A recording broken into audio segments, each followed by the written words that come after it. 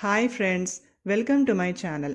ఇప్పుడు నేను చదివి వినిపించబోయే చందమామ కథ పేరు పిసినారి పిశాచం. పీతాంబరానికి పిసినారి అని పెద్ద పేరు. అతడి పిసినారితనం గురించి ఊళ్ళోని జనం కథలుగా చెప్పుకునేవాళ్ళు. అతడి భార్య కామాక్షి కాపురానికి వచ్చాక ఆమె నాలుక చవిచచ్చిపోయింది. రోజూ 2 పూటల మాగాయతో భోజనం, నీళ్ల మజ్జిగ తాగడం. అయితే కామాక్షి స్వతహాగా చాలా నెమ్మదస్తురాలు కావటంతో అన్నిటికీ సర్దుకు వస్తుంది. తన దుకాణానికి కావలసిన సరుకుల కోసం పీతాంబరానికి తరచూ పట్నం వెళ్ళవలసిన పని తగులుతూ ఉండేది. ఒకసారి అతను అలాగే పట్నం వెళ్ళి మర్నాటి ఉదయం ఇంటికి తిరిగి వచ్చాడు. తలుపు తెరిచిన కామాక్షి ముక్కున తళుక్కుమంటూ కొత్త ముక్కు పుడక మెరిసింది. పీతాంబరం ఒక్క క్షణం ఆశ్చర్యపోయి అంతలోనే పట్టరాని కోపంతో, ముక్కెర ఎప్పుడు చేయించావే కోతిమొహమ, చూస్తుంటే నా ఇల్లు గుల్ల చేస్తున్నట్టున్నావు అన్నాడు. ఇష్, అంత పెద్దగా అరవకు, లోపలికి వచ్చాక సంగతంతా చెబుతాను అన్నది కామాక్షి చిన్న గొంతుతో. పీతాంబరం కస్తుబుస్సులాడుతూ లోపలికి రాగానే ఆమె అతడికి ఇలా చెప్పింది. కామాక్షికి మినపసున్ని అంటే మహాప్రీతి. అయితే పెళ్ళైన ఈ 5 ఏళ్లుగా ఆమె సున్ని ఉండల మొహం చూడలేదు. ఆ కారణంగా ఆమె భర్త పట్నం వెళ్ళగానే తన దగ్గర ఉన్న కొద్దిపాటి డబ్బుతో మినుములు, బెల్లం, నెయ్యి కొని తెచ్చింది. ఈ సున్ని ఉండల సంగతి ఇరుగు పొరుగుకు కూడా తెలియకూడదనుకొని కామాక్షి ఊరు బాగా పొద్దుపోయాక మినుముల్ని దోరగా వేయించి విసిరి బెల్లం మెత్తగా తరిగి పిండిలో వేసి కాచిన నెయ్యి పోసి సున్ని ఉండలు నొక్కసాగింది. ఇన్నాళ్ళు ఈ ఇంట మాగాయ కంపుతో వాంతి వచ్చేలా ఉంది. సున్ని ఉండల వాసనతో పోయే ప్రాణం తిరిగి వచ్చింది. ఇంత గుమగుమలాడే వాసనకు తగ్గ రుచి ఉండే ఉంటుంది. నాకు 4 సున్ని ఉండలు పెట్టవు అంటూ ఒక ఆడపిశాచి గదిలో ప్రత్యక్షమైంది. పిశాచాన్ని చూడగానే కెవ్వుమని గుడ్లు తేలవేసింది కామాక్షి. భయపడకు కామాక్షి, నేను పరాయి దయ్యాన్నేం కాదు. మీ పెరట్లో ఉన్న చింత చెట్టు మీద ఉంటున్నాను అన్నది పిశాచి సౌమ్యంగా. ఆ మాటలతో కామాక్షి భయాన్నుంచి తేరుకొని గబగబా 4 సున్ని ఉండలు ఒక పళ్ళెంలో పెట్టి పిశాచానికి ఇచ్చింది.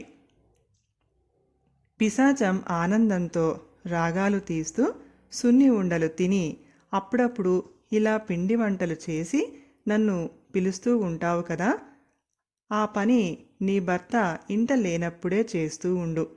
నాకు మగజీవాలు అంటే తగని భయం, నీ రుణం ఉంచుకోనులే అంటూ పిశాచం కనపడకుండా పోయింది. అది వెళ్ళాక చూస్తే సున్ని ఉండల పళ్ళెంలో మెరుస్తూ ముక్కెర ఉన్నది. కామాక్షి భర్తకు ఇలా చెప్పి, చూశావా, మన ఖర్చుకు 100 రెట్లు లాభం వచ్చింది అన్నది. అంతా విన్న పీతాంబరానికి కళ్ళు మెరిశాయి. అతడు ఇంతకాలంగా పిండి వంటలు చేయనందుకు భార్యను తిట్టి, ఇక నుంచైనా అప్పుడప్పుడు పిండి వంటలు చేస్తూ పిశాచాన్ని పిలుస్తూ ఉండు. ఏం చేసినా దాని వరకే, ఆ సంగతి బాగా గుర్తుంచుకో అంటూ గట్టిగా హెచ్చరించాడు. ఆ రోజు నుంచి పీతాంబరం అవసరం అయిన పనులు ఏమీ లేకపోయినా పిశాచం కోసం రాత్రి వేళల్లో అక్కడా ఇక్కడా తిరిగి వస్తూ ఉండేవాడు.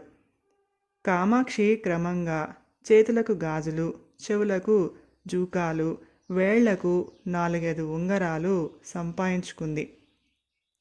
అయితే పీతాంబరానికి ఇందువల్ల తృప్తి కలగలేదు.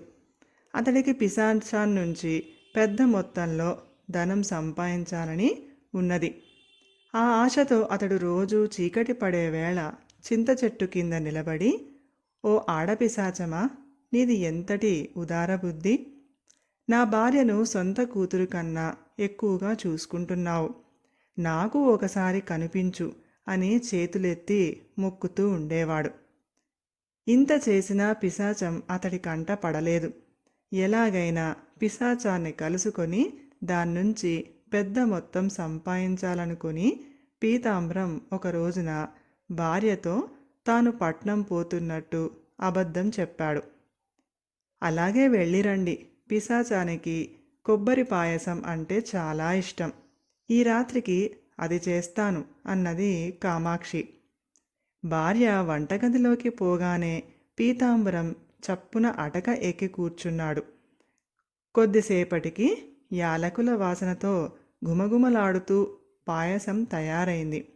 ఆ సరికి చీకటి పడి బాగా పొద్దుపోయింది. కామాక్షి పాయసం గిన్నెను మధ్యగదిలో పెట్టుకొని ఆవురావురుమంటూ తినసాగింది. అటక మీద ఉన్న పీతాంబరం భార్య పిశాచం కోసం కొంత మిగులుస్తుందనుకున్నాడు.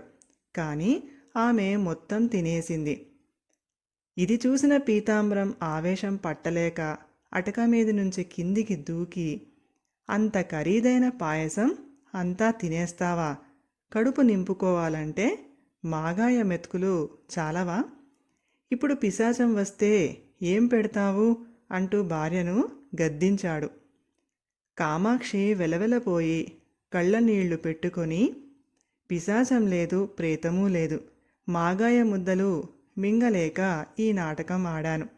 10 మంది ఇంట పడి తిన్నా తరగని ఆస్తి మనది అన్నది. పీతాంబరం భార్య మాటలు నమ్మలేక, అయితే ఆ నగలన్నీ నీకెలా వచ్చాయి అని అడిగాడు. అవన్నీ పూత బంగారం నగలు అన్నది కామాక్షి.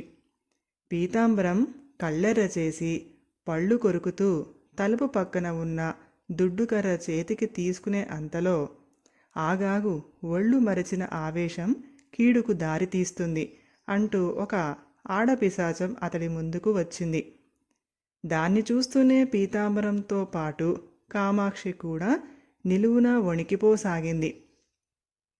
పిశాచం వాళ్లకు భయపడవద్దు అని చెప్పి పీతాంబరంతో, నీ భార్య ఆడిన నాటకంలో కొంత నిజం లేకపోలేదు.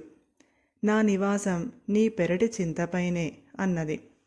ఆ మాటలతో కొద్దిగా ధైర్యం తెచ్చుకున్న పీతాంబరం, అద్దె బాధ ఉండదని ఆ చింత చెట్టుపైన చేరావా? మా భార్యాభర్తల తగువుల్లో నీకేం పని? పో ఇక్కడి నుంచి అన్నాడు. అలాగే పోతాను, కానీ పోయే ముందు కామాక్షి అంటే నాకున్న అభిమానం కొద్దీ 2 మాటలు చెప్పదలిచాను.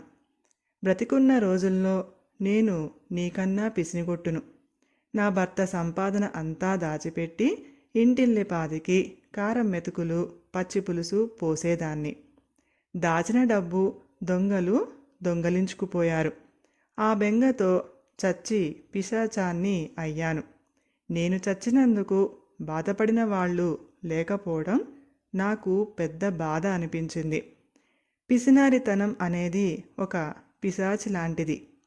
దాన్ని వదిలించుకోవటం మనిషికి అసాధ్యం ఏమీ కాదు. మనిషికి పొదుపు అవసరం. అయితే అది పిసినారితనం కాకూడదు అన్నది పిశాచం. పీతాంబరం ఆ మాటలు విని తను పిశాచి అయిపోయినట్టు ఊహించుకొని వణికిపోయాడు.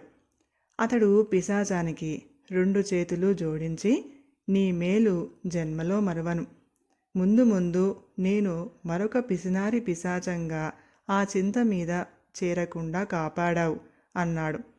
ఇన్నాళ్లకు ఒక మంచి పని చేశాను, నాకు చాలా సంతోషంగా ఉంది అంటూ పిసినారి పిశాచం నవ్వుతూ కిటికీలో నుంచి పెరట్లోకి వెళ్ళిపోయింది. పీతాంబరం భార్యతో, నన్ను క్షమించు కామాక్షి, ఇన్నాళ్ళు నిన్ను చాలా కష్టపెట్టాను. ఆ పాత పీతాంబరాన్ని మర్చిపో, ఈరోజే మనిద్దరికీ పెళ్ళైందని అనుకుందాం అన్నాడు.